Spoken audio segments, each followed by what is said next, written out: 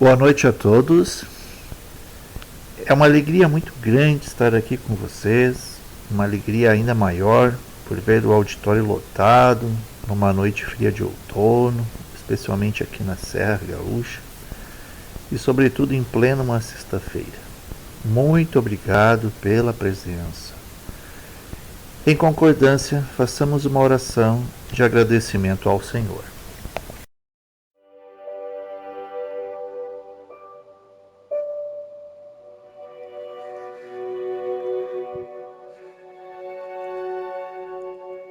Amado Deus e meu Pai, agradeço-te, Senhor, por esta oportunidade de pregar a Tua palavra hoje aqui neste local. Na autoridade do nome do Senhor Jesus, eu abençoo cada pessoa presente e declaro que sairão daqui melhores do que aqui chegaram, porque a Tua palavra é viva, é semente de luz que germina e frutifica, e ela não voltará vazia, mas realizará a Tua obra e atingirá o propósito para o qual foi enviada. Em nome de Jesus. Amém. Eu gostaria também de fazer alguns agradecimentos. Eu quero agradecer ao Grupo Projeção Empresarial pelo convite. Um agradecimento muito especial ao irmão Gilberto Vanoni também, que praticamente liderou, coordenou esta palestra. Quero agradecer a direção da Aliança Bíblica também por ter cedido o local para esta palestra. Já agradeci e reitero o agradecimento da presença dos senhores esta noite. E também quero agradecer, ele acabou de sair daqui, o escritor e cineasta Juliano Valim Soares, e ele me convidou para escrever um capítulo deste livro aqui, As 10 Cartadas para o Sucesso. Então eu escrevi um capítulo sobre as relações humanas e éticas no ambiente corporativo. E esse livro foi um grande sucesso editorial no Rio Grande do Sul e, quiçá, no Brasil. Na noite de autógrafo, compareceram em torno a mais de 3.000 pessoas que haviam comprado o livro e foram buscar o autógrafo. Então é um jovem de muito talento, e é um cristão também, e ele faz um trabalho missionário, também com casais, e é um rapaz jovem, mas tem uma cabeça maravilhosa. Então até foi bom que ele se retirou daqui, porque eu posso falar mais à vontade e elogiá-lo. Queria ligar aqui o... Não sei se já está ali o... Sabe ligar aqui, irmão Gilberto, por favor?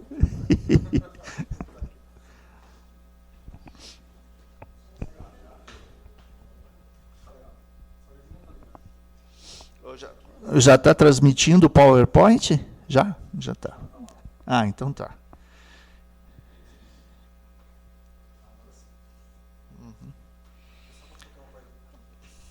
Tá certo. Obrigado, irmão Gilberto. Bom, daí eu... Bom, aqui meu nome, né? As apresentações aqui do currículo já foram feitas. Então, o índice da palestra, os desafios da pós-modernidade, o reino de Deus como única possibilidade de salvação para a humanidade e para o planeta, o empreendedorismo como uma importante ferramenta na obra do reino. Então, o que é a pós-modernidade? A pós-modernidade é o momento que estamos vivendo. Os autores, eles divergem um pouco do início da pós-modernidade. Uns afirmam que começou depois da Segunda Guerra Mundial, outros que começou com a queda do Muro de Berlim, outros ainda falam que foi com o início da internet, dessas novas tecnologias, o telefone celular, enfim. Eu creio até que tudo isso contribuiu não é, para esta quebra de paradigma. Porque durante séculos, durante milênios, nós dependíamos da tração animal para movimentar um veículo, uma charrete, um carro, uma carroça, enfim. E isso durou, a tração animal, isso durou séculos e séculos. E esse paradigma foi quebrado através do motor a combustão. Então foi um importante paradigma quebrado. E que começa então já a desenhar uma nova fase da humanidade. Porque o que vai distinguindo uma mudança de era são esses quebras de paradigma. Quer dizer, outro grande paradigma que está começando a ser quebrado é o paradigma da roda. Porque a roda também, ela vem desde da era pré-histórica. E hoje, por exemplo, no Japão já existem trens que não têm roda. Eles simplesmente flutuam em cima dos trilhos. A tecnologia sem roda já existe, mas ela é uma tecnologia ainda que em larga escala ela é cara, mas ela com o tempo ela vai acabar substituindo a roda. Eu não sei se estão me ouvindo bem, parece que está falhando um pouquinho aqui. Então, os filósofos, eles estudam, eles observam, eles leem, né, esses fatos todos, os sociólogos, os antropólogos. E eles dizem que a pós-modernidade, a nossa época, ela é uma crítica às gerações anteriores. Ela se caracteriza pela descrença nos valores que foram afirmados no passado, né, especialmente no período iluminista. Por quê? Porque o período iluminista, que surge como também uma reação à época que se chamou na Idade Média de a Idade das Trevas, porque após a queda do Império Romano, a humanidade ela cai, ela tem um retrocesso brutal em todas as áreas. Cultural, de saúde pública. As pessoas começaram a adoecer por causa do lixo, da sujeira, enfim, foi algo terrível. E o iluminismo, então, ele observa a opressão principalmente dos camponeses, dos trabalhadores, pelos nobres, pelos reis, pela nobreza, pela elite. E os filósofos iluministas eles começam a dizer que tem que acabar com as monarquias, os reis, a nobreza, isso tem que acabar. Então surgem os filósofos como Voltaire, Montesquieu, John Locke, que eles dizem o seguinte: nós precisamos de uma nova era de igualdade, de justiça, de liberdade, onde que todos sejam iguais. Então, eles apregoam ao que? A república, eles pregam a democracia como forma de nós atingirmos um mundo justo e perfeito, um mundo de igualdade plena para todos, um mundo de justiça, um mundo de estabilidade e um mundo de felicidade. E a sociedade, os povos, eles foram comprando essa ideia. Eles, com o passar do tempo, eles foram comprando essa ideia e começaram a lutar por isso. Um grande exemplo é a Revolução Francesa, né, que os ideais de liberdade, igualdade, fraternidade, foi uma revolução sangrenta. Né, toda a nobreza, inclusive o rei Luís XVI, né, foi decapitado. Quer dizer, muito sangue derramado na França, em outros países. Os Estados Unidos mesmo fez uma guerra, né, pela sua independência, uma guerra muito sangrenta contra a Inglaterra, né. Enfim, se pagou um alto preço, porque se acreditou naqueles ideais que seguindo aquela receita, aquela fórmula, se atingiria mais adiante essa sociedade ideal, essa sociedade de igualdade, de paz, de justiça. E aí, no século XX, os povos entenderam também, especialmente os Estados Unidos da América, que esses valores estariam constantemente ameaçados. Então, era preciso lutar para a defesa desses valores. Então, se criou, inclusive, aquela ideia de se queres a paz, prepara-te para a guerra, o preço da liberdade, a eterna vigilância. E aí foi crescendo um movimento armamentista nunca visto antes, que culminou na Primeira e Segunda Guerra Mundial, que ceifou milhões e milhões de vidas, quer dizer, mais sangue derramado para a defesa daqueles ideais que os filósofos do iluminismo diziam que nos levariam a um mundo de paz, de justiça e de igualdade. Muito bem. Em paralelo a isso,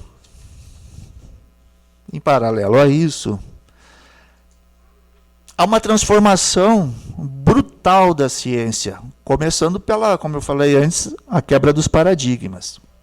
Quer dizer, mandar o homem à Lua, coisa que não se pensava, eu acho que só Júlio Verne, que escreveu um livro, vários livros, então ele concebia isso, mas ninguém mais concebia essa possibilidade. E toda a tecnologia que veio depois, enfim, coisas fantásticas, coisas que até hoje ainda os países de primeiro mundo, algumas coisas eles guardam segredo, a gente não tem nem acesso.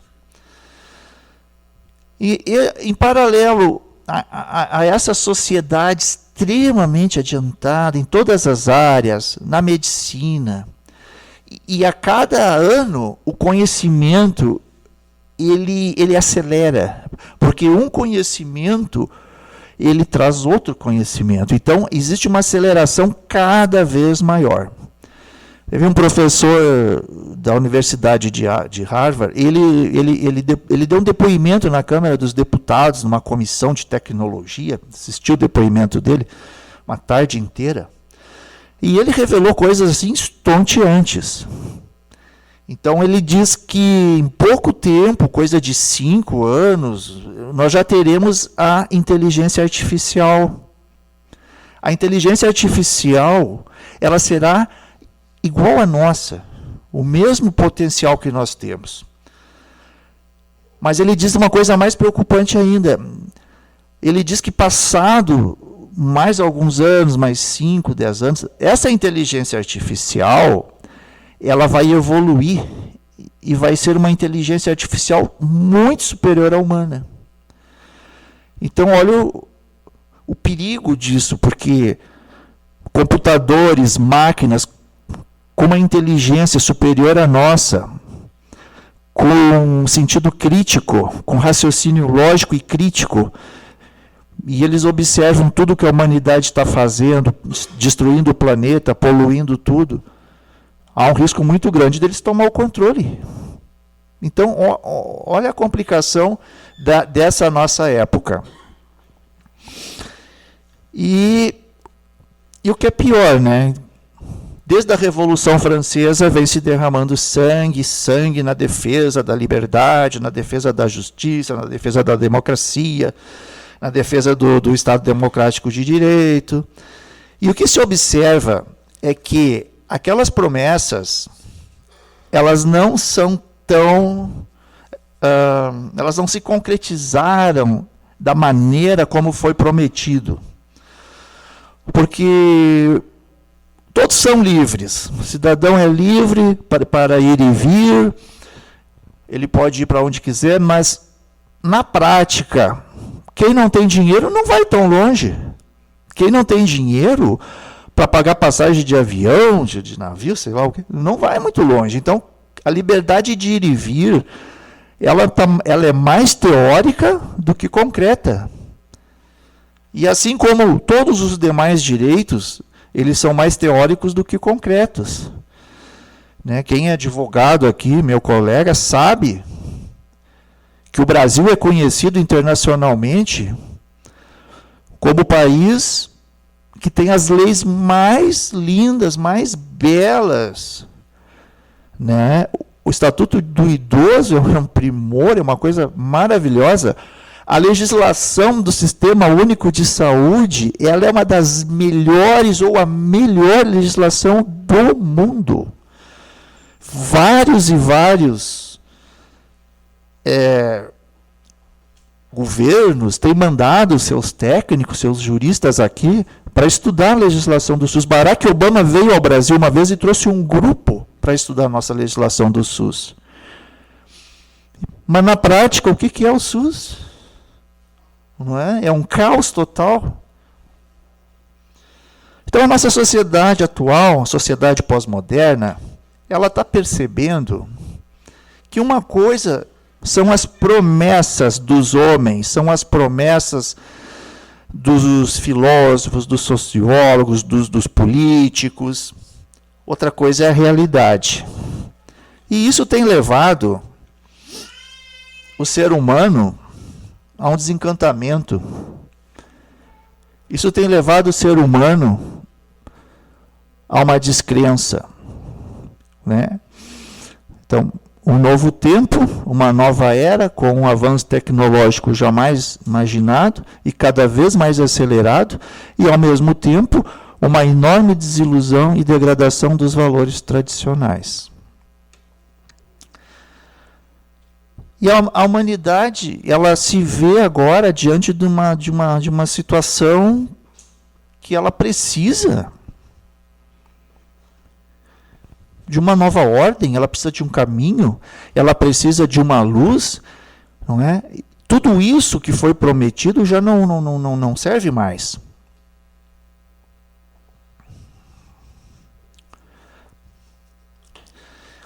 Há dois grandes filósofos contemporâneos, que é Jean-François Lyotard, né? Que é o mesmo nome meu, João Francisco, só que é em francês, e o Zygmunt Bauman, e eles são os dois mais estudiosos dessa questão da pós-modernidade. Então, João François, ele fala na incredulidade em relação às metas narrativas. As metas narrativas são as grandes propostas das gerações anteriores, que se nós seguíssemos, teríamos um mundo perfeito.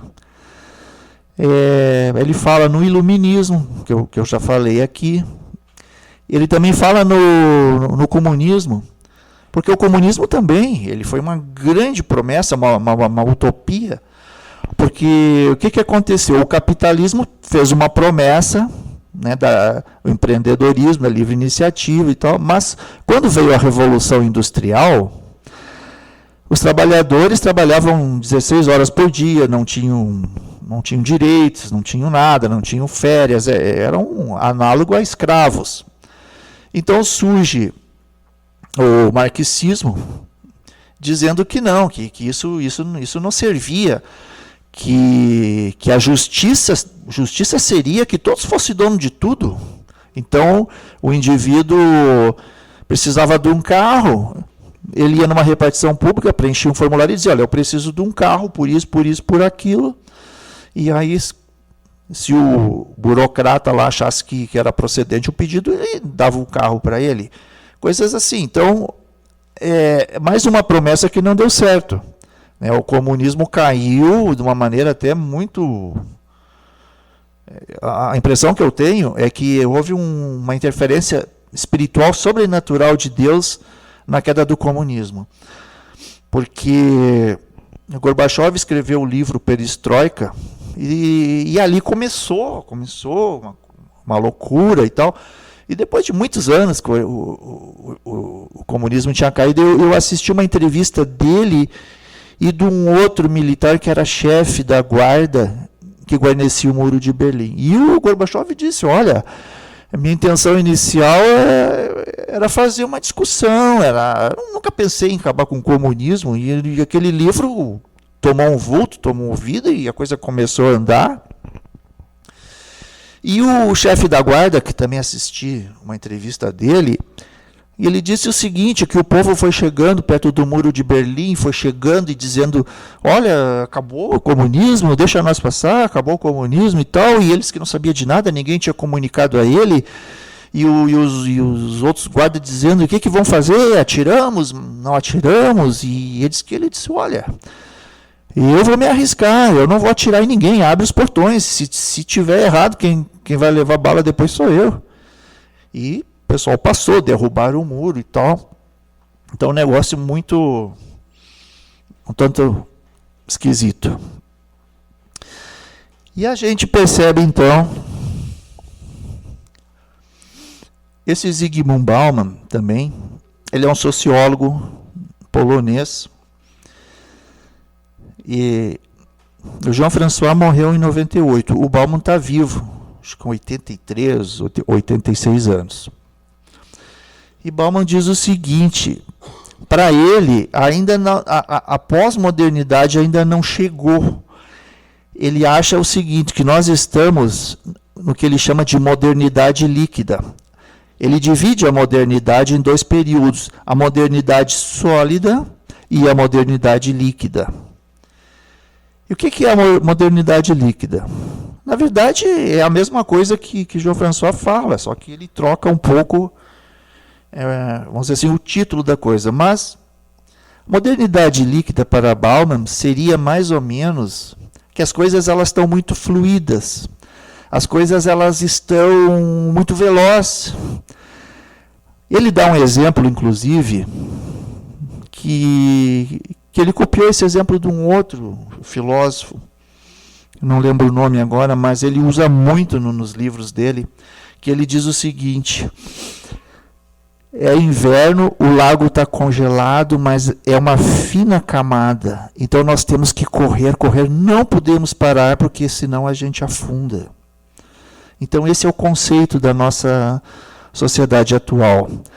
As pessoas, elas não estão mais naqueles conceitos sólidos, a família sólida, aqueles valores sólidos, o casamento sólido. Nada é mais sólido, tudo é fluido. Cada um querendo viver o momento com pressa, porque eu não sei o dia de amanhã, eu quero viver o hoje. E a família é o que mais tem sido atingida por este conceito de modernidade líquida. E ele faz aqui um diagnóstico, né? Ele diz que a modernidade líquida é o despertar do sono da modernidade. Ele diz o seguinte, nós dormíamos e sonhávamos um sonho cor-de-rosa, nós sonhávamos com as maravilhas que a democracia, que a república, que iriam nos proporcionar. E agora a gente acordou e viu que era só um sonho. Um tópico que ele enfatiza é a secularização, a crença na razão.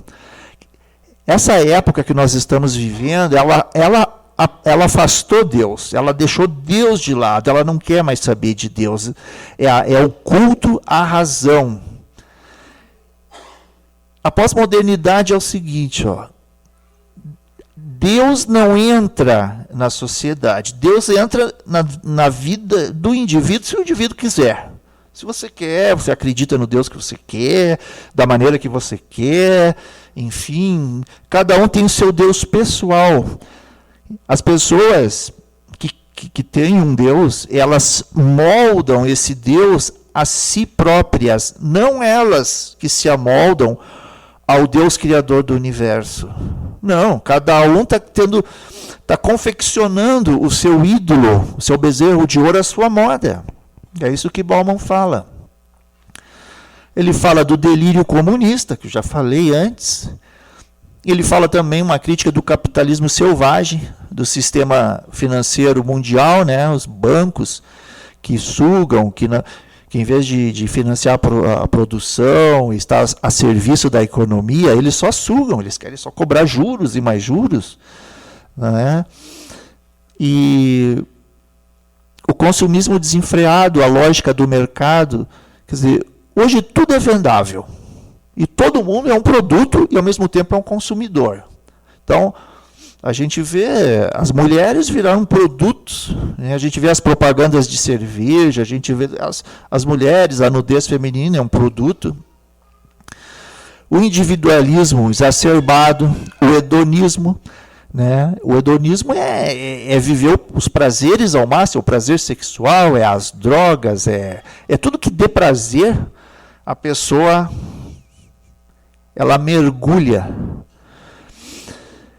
E Elizabeth Rodinesco, ela é uma psicanalista e uma historiadora francesa, e ela tem um livro chamado A Família em Desordem. Porque a família ela está sendo brutalmente atingida por essa fluidez, vamos dizer assim, por esse derretimento de valores que antes eram sólidos e agora estão derretendo. Por isso que é a modernidade líquida. E ela fala do movimento feminista, um ataque à figura do pai, porque o movimento feminista, nós temos que ser justos. O movimento feminista mesmo, ele começou em 1848, durante a Assembleia Geral dos Direitos da Mulher em Nova York. Então, era uma luta legítima, era uma luta justa, porque as mulheres eram muito discriminadas, as mulheres eram... A mulher, ela desde a Idade Média, a mulher, ela vem conquistando alguma coisa muito lentamente. Vamos dizer, na Idade Média, a mulher não era... Ela era mais... O conceito era mais de um bem, de uma propriedade, do que de um ser humano. Tanto é que se uma mulher fosse estuprada, o estuprador não sofria nenhuma sanção, porque não era crime. Quer dizer, se a mulher fosse solteira, o problema era do pai, porque o pai não cuidou, azar é dele. Se a mulher fosse casada, porque o marido não cuidou, então o azar é dele. Então era isso que se pensava. Então foi uma luta longa, foi uma luta muito grande. Em 1848, então, começa esse movimento, que era a luta pela igualdade de direitos jurídicos, direitos civis. Passadas muitas décadas, já na década de 60, porque esse movimento não parou, como eu disse, isso vem de longe. Aí aparece uma cidadã chamada Betty Friedan, que reuniu um monte de mulher, queimaram o sutiã na praça pública, e não sei o quê. E ali surge o feminismo radical. E isso aí houve o ataque na figura do pai, porque a figura do pai não é unicamente o pai genitor. A figura do pai é a figura do sacerdote, a figura do pai é a figura da autoridade policial, da autoridade judicial. Quer dizer, a figura do pai é a figura de autoridade dentro da sociedade. E aí começa, então, esse ataque, e começa um efeito cascata, e a autoridade paterna, e a figura do pai lato sensu, ela vai se degradando também. Então, a família, também nesse ponto, já não é mais a mesma. Hoje, para os senhores terem uma ideia, meus colegas de carreira jurídica sabem que no direito a expressão não se usa mais a expressão a família. O direito hoje usa a expressão entidade familiar plural, porque família hoje é qualquer coisa que as pessoas queiram que sejam. São os valores líquidos, são os valores fluídicos. Não é mais um valor sólido. O homem, a mulher, o matrimônio, a prole. Então, agora uma questão de 15, 20 dias atrás, um mês no máximo, um cidadão e duas senhoras, eles decidem se casar. Eles decidem se casar no civil, vão até um cartório. O cara do escrivão lá quase teve um ataque, não quis casá-los. Eles procuraram o juiz ordenou que casassem. Hoje já tem também o tal de poliamor, que eu nem sei bem o que é isso. Eu vi um negócio na televisão ali, uma mulher com 6 homens, não sei o que, viviam juntos, não sei o que. E a família, isso é família. Então veja, eu não estou aqui para criticar, eu não estou aqui para dizer se isso é o certo, se isso é o errado, porque ninguém sabe. Ninguém sabe. Agora, isso da perspectiva dessa ótica da pós-modernidade, evidentemente, porque da ótica cristã a gente sabe. Da ótica cristã nós sabemos o que é o certo e o que é o errado. Agora, da ótica da sociedade, ninguém sabe, as pessoas estão totalmente perdidas. As pessoas estão precisando urgentemente de alguém que aponte uma direção. É um mundo totalmente em desencanto.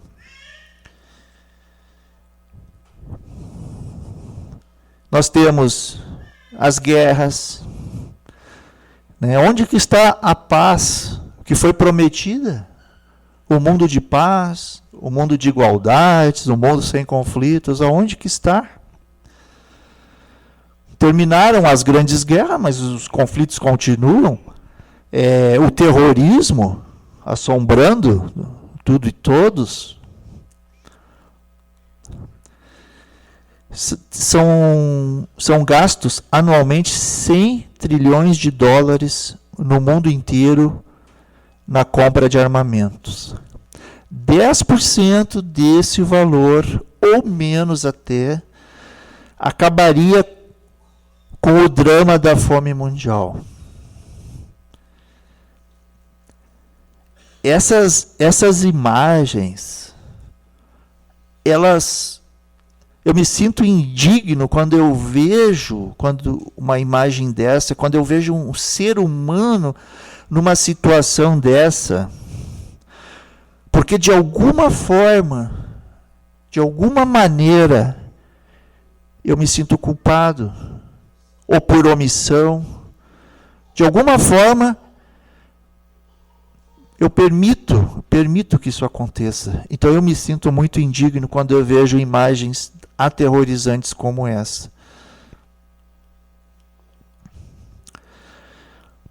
A humanidade, ela clama por uma nova ordem mundial. É urgente.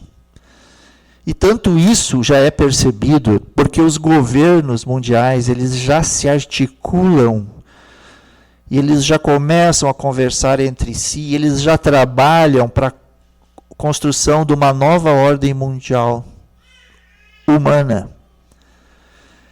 Novamente, lá vem as promessas, como foram feitas na época do iluminismo. Olha, se vocês fizerem isso, fizerem aquilo, se vocês fizerem assim, vocês vão ter paz, vocês vão ter justiça, vocês vão ter tudo e tal, e deu no que deu. Agora, novamente, começa essa articulação da nova ordem mundial, já começa a formação de blocos, a União Europeia já se junta, então já existe um governo da União Europeia, um governo central. A União Europeia, ela tem um presidente, a União Europeia, ela tem um parlamento e ela tem uma corte judicial. E assim outros blocos estão se formando. Aqui já se formou o Mercosul e a tendência é essa, cada vez mais os países vão se unir e vão formando blocos e blocos, e até depois de uma segunda etapa, esses blocos vão se fundindo até constituir um governo único mundial. com promessa de paz, com promessa de fartura, de alimentos, não é?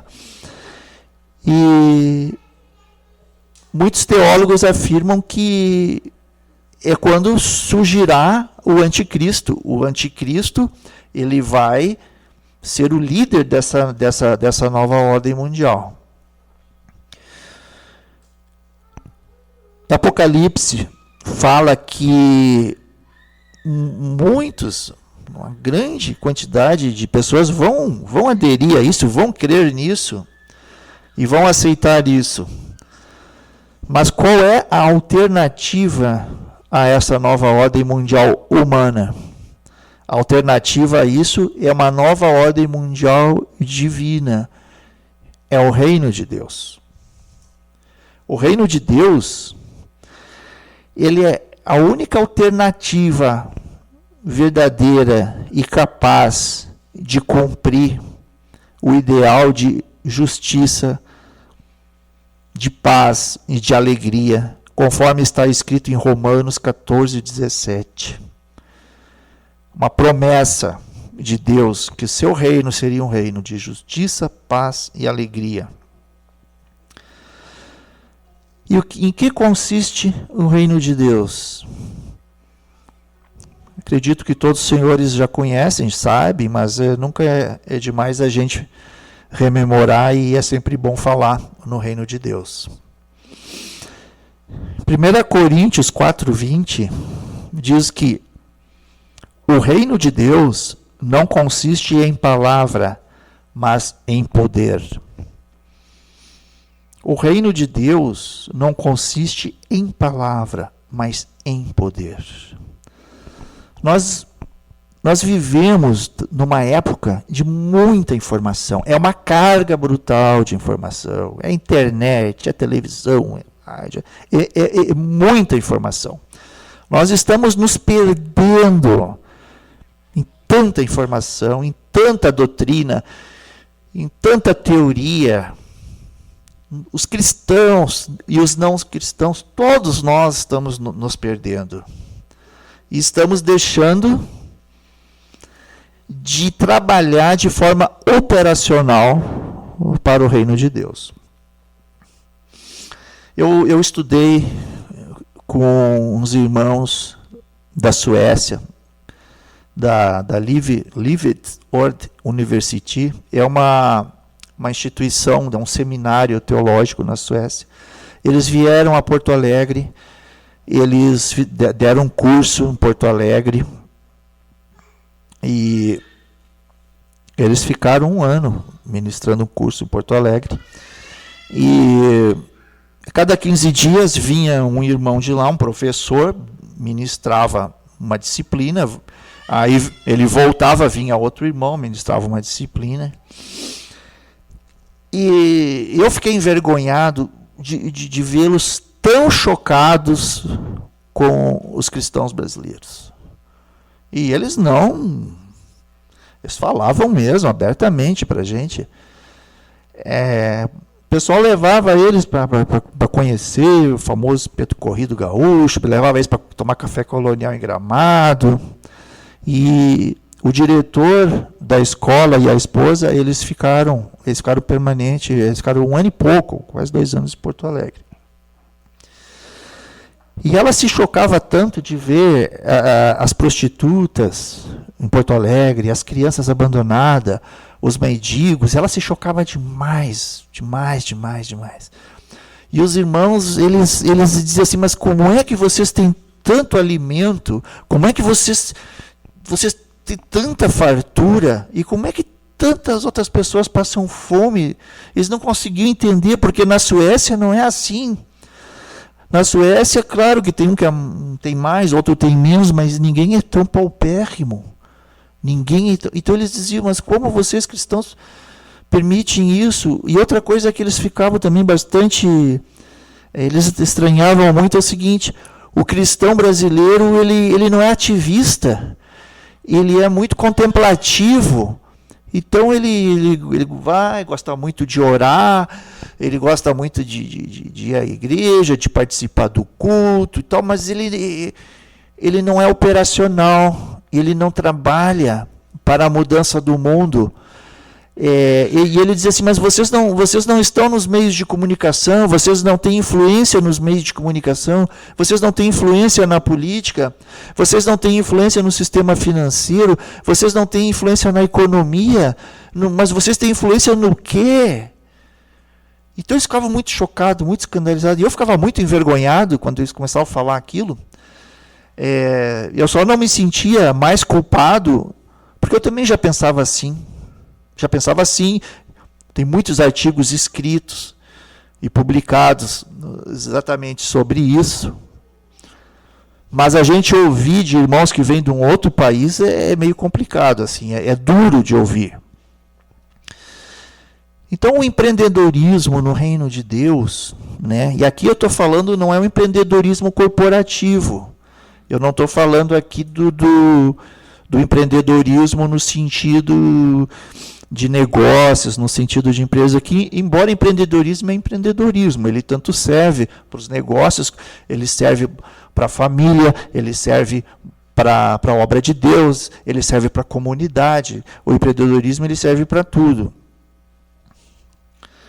Mas o empreendedorismo no reino de Deus é justamente isso. É o ativismo cristão, é defender as causas que Deus gostaria que defendêssemos. Não sei, está com algum problema aqui, não está passando.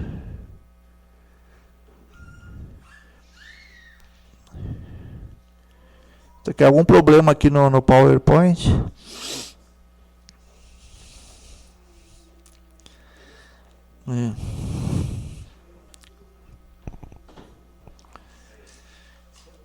Ótimo. Uhum.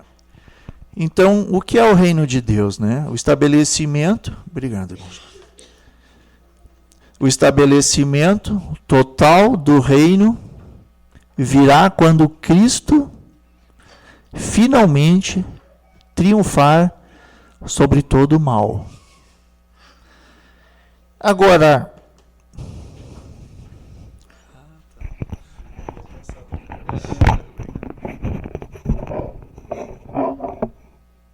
obrigado, meu. Agora a Bíblia fala que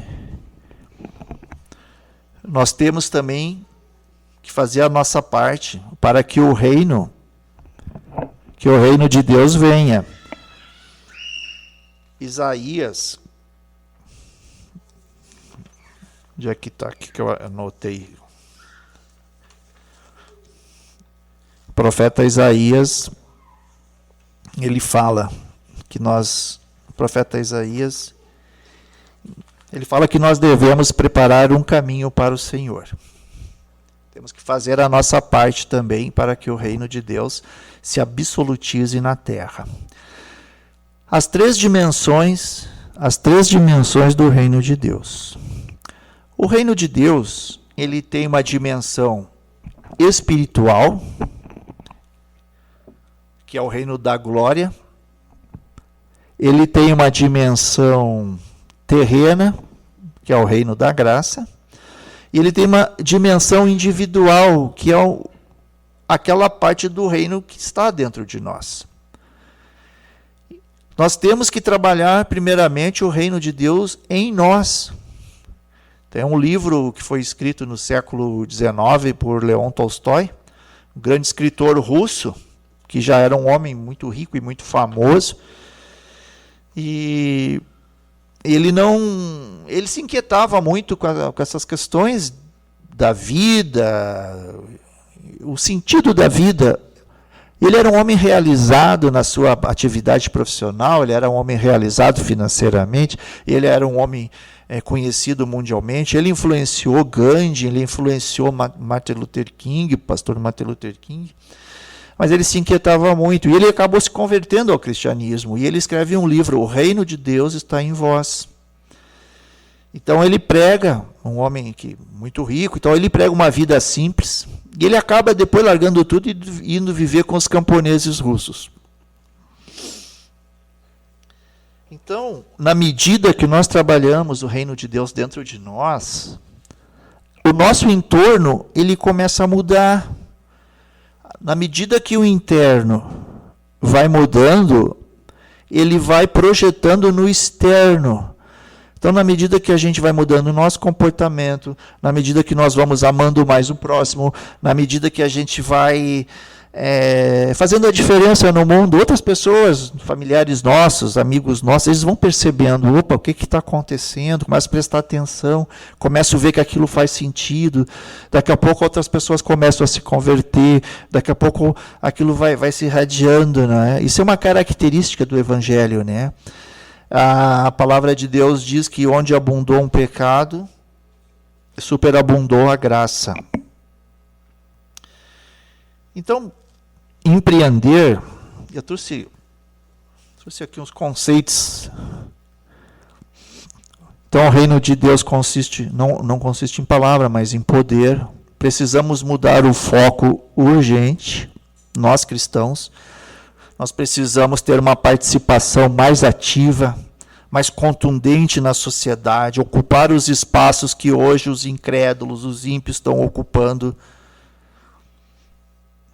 Nós temos que preparar o caminho do Senhor. Né? Vós que clama no deserto, preparai o caminho para o Senhor. E esse é o grande desafio aos cristãos no século XXI, é o grande desafio neste mundo da pós-modernidade. Então nós chegamos agora no empreendedorismo do reino, os dons e talentos. Empreender, o que é empreendedorismo? Né? Transformar uma ideia em realidade, identificar uma oportunidade, contagiar pessoas com suas ideias, estar pronto para assumir riscos, aprender com os erros. Né? O empreendedorismo, acreditar no seu sonho, tá? Empreender o desejo de mudar as coisas, fazer algo novo, melhorar o que já existe. Podemos desenvolver as características e habilidades para o empreendedor, em razão dos dons e talentos com os quais nós nascemos. Agora, a definição de empreendedorismo, que eu mais gostei, ela é bem curtinha, que ela diz o seguinte: empreender é fazer acontecer. E no sentido do reino de Deus, é preparar o caminho para o Senhor. Então, o trabalho, ele é fonte de vida e felicidade. Segundo o salmista, do teu trabalho e de tuas mãos hás de viver e serás feliz e tudo irá bem. O Salmo 128, 2. Então, trabalhar para o reino de Deus, antes de tudo, é trabalhar para a nossa própria felicidade. Porque a felicidade do mundo, ela é efêmera, ela é passageira, ela não é uma felicidade completa. E assim como os homens, os governos, eles nos fizeram muitas propostas e que não resultaram naquilo que foi prometido, Deus também tem promessas para nós. Deus prometeu um novo céu e uma nova terra. Apocalipse 21:1. Apocalipse 21:4 diz: Ele enxugará de seus olhos toda lágrima, e não haverá mais morte, nem pranto, nem clamor, nem dor, porque já as primeiras coisas são passadas.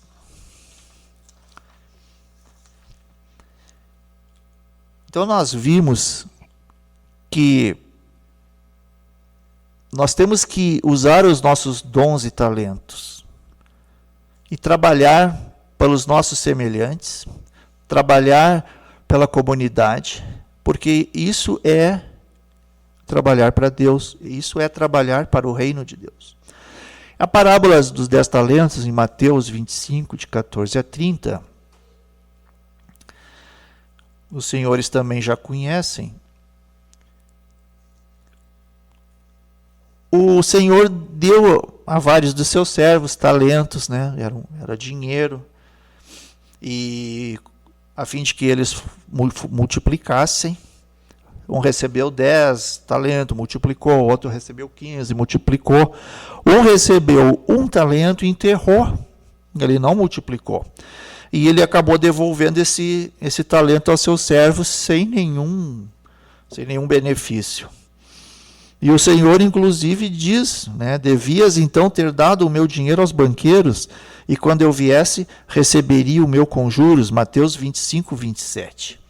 Então o Senhor fica muito irado com esse servo, né, e chama ele de servo mau e preguiçoso, e manda que fosse lançado fora. Então nós temos visto, infelizmente, nós temos visto muitos servos maus e preguiçosos, né, enterrando seus talentos. Não querem compartilhar os seus talentos, não querem construir para o reino de Deus, não querem participar, vamos dizer assim, de um projeto, não querem participar de coisas que venham a somar no reino de Deus. E nós precisamos ser o servo bom e fiel, o servo empreendedor, aquele servo que todos os dias ele se coloca à disposição do seu Senhor para multiplicar os seus talentos. Todos nós nascemos com talentos. Às vezes, de pequeno, a gente já começa a perceber num filho, numa criança, o seu talento. Eu tenho um sobrinho neto com 5 anos, mas vocês conversam com ele, é um adulto. Ele fala um português corretamente, ele sabe tudo sobre dinossauros, o nome dos dinossauros, as épocas, coisa que ele procurou e enfim, assim, chega a ser assustador, né? E eu mesmo sempre gostei muito de ler, e eu aprendi a ler sozinho também. Então, desde pequeno, a gente já começa a ver os dons, os talentos das pessoas. E muitos talentos que a gente tem, eles ainda não afloraram. Então, a gente nem sabe que tem certos talentos. Minha mãe tem 82 anos. Então, ela é aposentada pelo INSS, os filhos ajudam. Eu tenho um irmão que é muito rico, mora nos Estados Unidos, então dá uma boa mesada. E minha mãe, metade do que ela ganha, ela destina para caridade. E ela uma vez orou a Deus, dizendo: Senhor, me dá eu quero ganhar mais para poder ajudar mais. E ela teve um sonho, que ela está numa exposição de artes, de quadros, e ela ficou muito encantada com aqueles quadros, e ela se aproxima da tela para ver o nome do pintor, o nome do artista, e para seu espanto, era o nome dela. E ela conta para esse meu irmão o sonho, e meu irmão diz: não, procura uma escola de artes e vai desenvolver isso aí, eu vou pagar a escola de arte. Então ela vai para uma escola de arte. Na primeira aula, a professora diz: olha, isso aqui é a tinta, isso aqui é um pincel, você faz assim, então. Ela saiu pintando. Mas 5 aulas depois, a professora disse: tu não precisa mais, tu está pronta.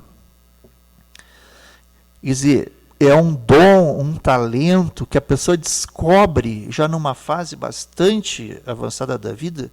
E aquele dom, aquele talento sempre esteve lá.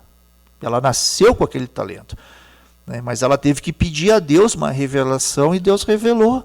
Às vezes, no momento de crise, no momento difícil da nossa vida, aflora um talento que está latente dentro de nós. Nós somos seres multitalentos. Não existe ninguém que não tenha um talento, que não tenha um dom. Talvez até hoje não descobriu, talvez até hoje não apareceu. E quantas pessoas elas não trabalham com os seus talentos, quando elas não contribuem para a comunidade, quando elas não contribuem com o próximo, com o seu dom, essa pessoa acaba também infeliz.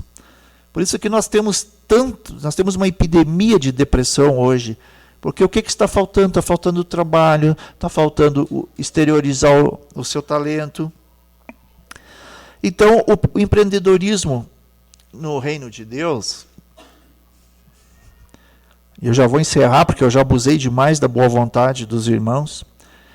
O empreendedorismo no reino de Deus nada mais é do que dar o melhor o melhor que cada um tem para o seu próximo. Não interessa qual seja o seu dom, não julguem. Ah, mas o meu dom eu só sei costurar e não.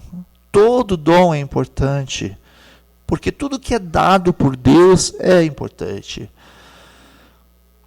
Se a pessoa é aposentada, já tem uma tranquilidade, uma base financeira, mas olha, eu sei fazer tricô. Pô, faz tricô, ajuda um pobre, ajuda alguém, isso vai trazer a felicidade, isso vai dar um exemplo, isso vai mostrar. Ah, mas eu tenho dom, não sei, mas use o seu dom. Vamos ser todos nós o servo fiel, né?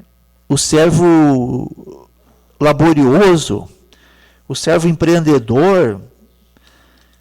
Nós precisamos chamar à existência o reino de Deus na terra. Nós temos que preparar, como disse o profeta Isaías, o caminho para o Senhor. E Jesus disse: vós sois o sal da terra e a luz do mundo. Ora, o sal da terra, isso é de uma importância inacreditável, porque o sal na época de Jesus, ele era tão valioso quanto o ouro. Porque o sal, primeiro, era a dificuldade de obter o sal, porque o sal tinha que ser extraído através da mineração, tinham que quebrar rochas, e onde tinha bolsões de sal dentro, e ali eles tiravam o sal, porque eles não conheciam o sistema de tirar o sal da água do mar como nós conhecemos hoje. Hoje o sal é uma coisa muito barata, ele só não é mais barato ainda por causa do transporte. Mas naquela época o sal tinha que ser extraído da mesma forma que se extraía o ouro, a prata. O sal ele servia para várias coisas. Não tinha geladeira naquela época, então o sal é o que preservava os alimentos. Você matava um porco, um boi, algo assim, você tinha que salgar, porque senão se estragava, não tinha onde congelar aquilo. O sal servia como medicação, o sal se botava nas feridas. Eu, quando era adolescente, eu cortava o cabelo num barbeiro, um senhor, e ele tinha uma coisa muito estranha. Ele tinha um potezinho de sal, de vidro, assim, um potezinho de sal. E quando ele dava um picão na gente, ele pegava um pouco daquele sal, assim, dava uma cuspida e pá! E tinha gente que ficava com nojo, e não sei o que, isso é anti-higiênico. Mas eu dizia, não, mas o sal mata tudo, deixa o homem cuspir ali e tal. E eu tenho um sinalzinho no pescoço, então eu era o que mais, volta e meia ele dava um picão ali. Então, imagina, naquela época o sal era um antibiótico, nas guerras, então se usava muito o sal, não é? E até mesmo para purificar a água, né? Tem passagens na Bíblia, né, que foi usado o sal. E o sal era uma coisa tão valiosa que os soldados romanos eles não recebiam um pagamento em dinheiro, eles recebiam um pagamento em sal. Isso era uma coisa muito inteligente, que daí vem o termo salário, né? É de sal. Era uma coisa muito inteligente, porque sendo o sal algo tão valioso, imagina transportar o sal, né? Através de carroça, de carreta, quer dizer, uma coisa tão valiosa. E aquilo ali estaria exposto aos saqueadores, aos assaltantes, aos bandidos. Agora, o soldado romano ele recebia 1 quilo de sal, 5 quilos, 10 quilos, eu não sei quanto é que era o pagamento dele em sal, mas assim, uma legião romana tinha 6.000 homens, e eles viviam para lá e para cá, viajando aqui, viajando ali, eles viviam em constante deslocamento, então eles iam passando pelas cidades, eles iam trocando por aquilo que eles precisavam, né? Eles trocavam o sal por alguma outra coisa que eles tinham necessidade, e eles faziam o transporte daquele sal seguro e gratuito, né? Quer dizer, uma coisa muito inteligente. Então imagina, Jesus diz que nós somos o sal da terra. Olha quão valioso nós somos. Hã? Mateus 5? Ah, então ali foi errado. Obrigado, irmã. Vou corrigir depois. E como se ainda não bastasse, né, Jesus nos chamar de sal da terra, ele ainda diz que nós somos a luz do mundo. Agora, de que adianta também uma lâmpada apagada, né, irmãos? A lâmpada tem que estar acesa, né? Se nós somos a luz do mundo, né, a nossa lanterna, nosso lampião, ele tem que estar aceso. Porque se nós somos a luz do mundo, nós temos que iluminar o mundo. Então veja só que responsabilidade o Senhor nos atribuiu, né? E o que Jesus prometeu? Prometeu um novo céu e uma nova terra. Que a velha ordem terá passado. Aqui a idade vai chegando, a gente não... Ele enxugará dos seus olhos toda lágrima, não haverá mais morte, nem tristeza, nem dor, pois a antiga ordem já passou. Olha que promessa maravilhosa, né? E essa promessa se cumprirá, meus irmãos. Essa eu tenho certeza que não vai deixar ninguém na mão. Porque a palavra diz que Deus não é homem para que minta, e nem filho do homem para que se arrependa. Bom, me encaminhando já para o encerramento e pedindo mais um pouquinho só de paciência dos irmãos. Eu agradeço a Deus por todas as dádivas que recebo na vida, dando o melhor de mim para o mundo. É a nossa maneira de agradecer a Deus. Dê ao mundo o melhor de você, mas isso pode não ser o bastante. Dê o melhor de você a si mesmo. Veja você que no final das contas é tudo entre você e Deus. Nunca foi entre você e os outros. Vou pedir então agora que o irmão coloque aquele final, aquele vídeo. Bom, me encaminhando já para o encerramento e pedindo mais um pouquinho só de paciência dos irmãos. Eu agradeço a Deus por todas as dádivas que recebo na vida, dando o melhor de mim para o mundo. É a nossa maneira de agradecer a Deus. Dê ao mundo o melhor de você, mas isso pode não ser o bastante. Dê o melhor de você a si mesmo. Veja você que no final das contas é tudo entre você e Deus. Nunca foi entre você e os outros. Vou pedir então agora que o irmão coloque aquele final, aquele vídeo, e aí então nós encerramos, que é uma música portuguesa, é uma música secular, não é uma música gospel, mas é uma música tão linda, que me toca tão profundamente e que fala um pouco da união, do trabalho, de somar. Então eu achei por bem dividir com os irmãos. Espero que gostem. Eu, pelo menos, acho muito lindo.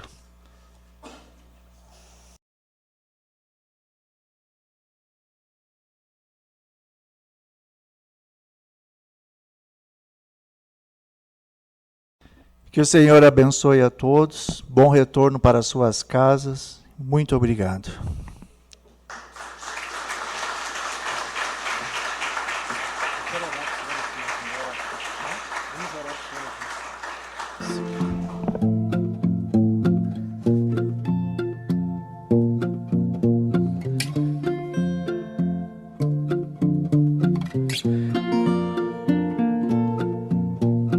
Hoje a semente que dorme na terra e se esconde no escuro que encerra, amanhã nascerá uma flor.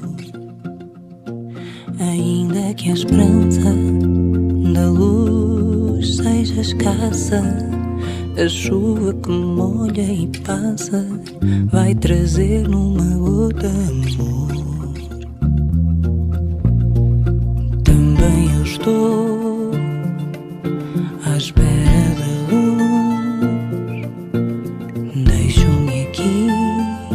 onde a sombra seduz. Também eu estou à espera de mim. Algo me diz que a tormenta passará. É preciso perder para depois se ganhar,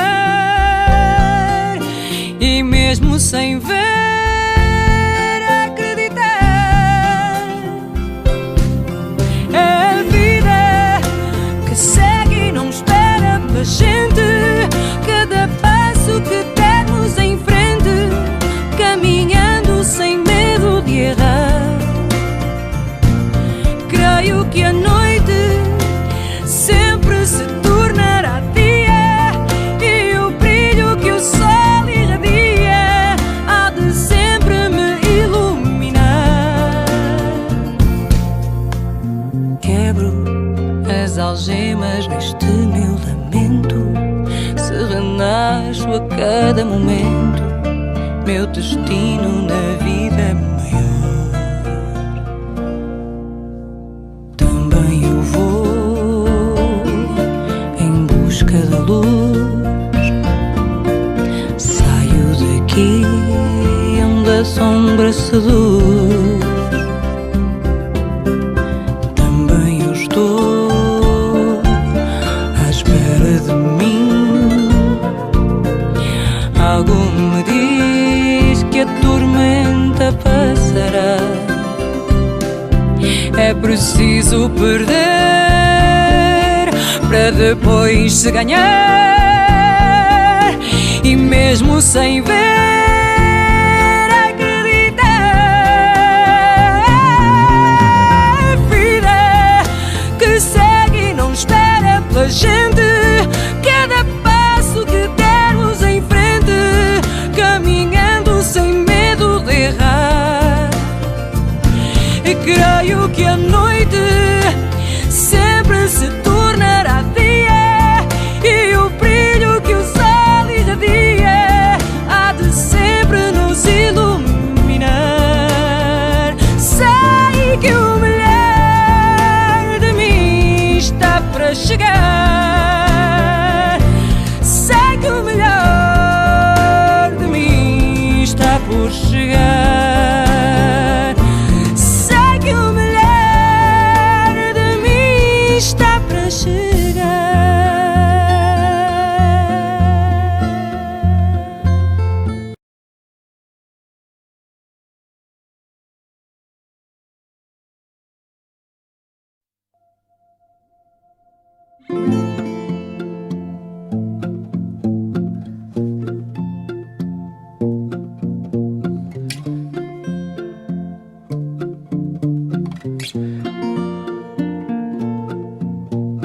Hoje a semente que dorme na terra e se esconde no escuro que encerra, amanhã nascerá uma flor.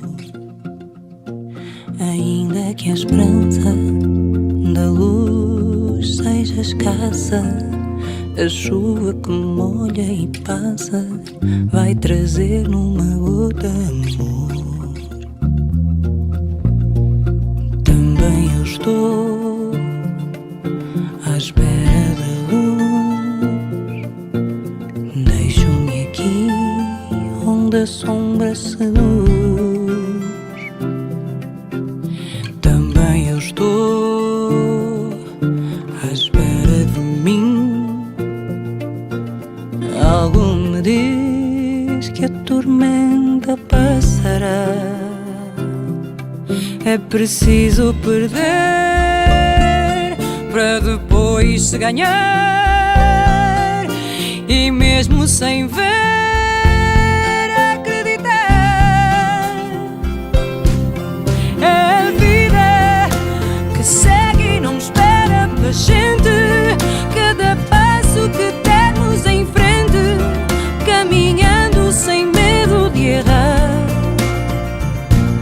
Creio que a noite sempre se tornará dia, e o brilho que o sol irradia há de ser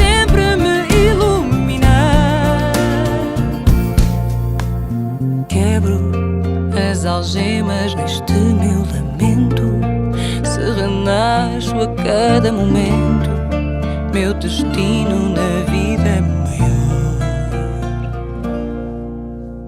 Também eu vou em busca da luz, saio daqui onde a sombra seduz. Também eu estou à espera de mim. Algo me diz que a tormenta passará. É preciso perder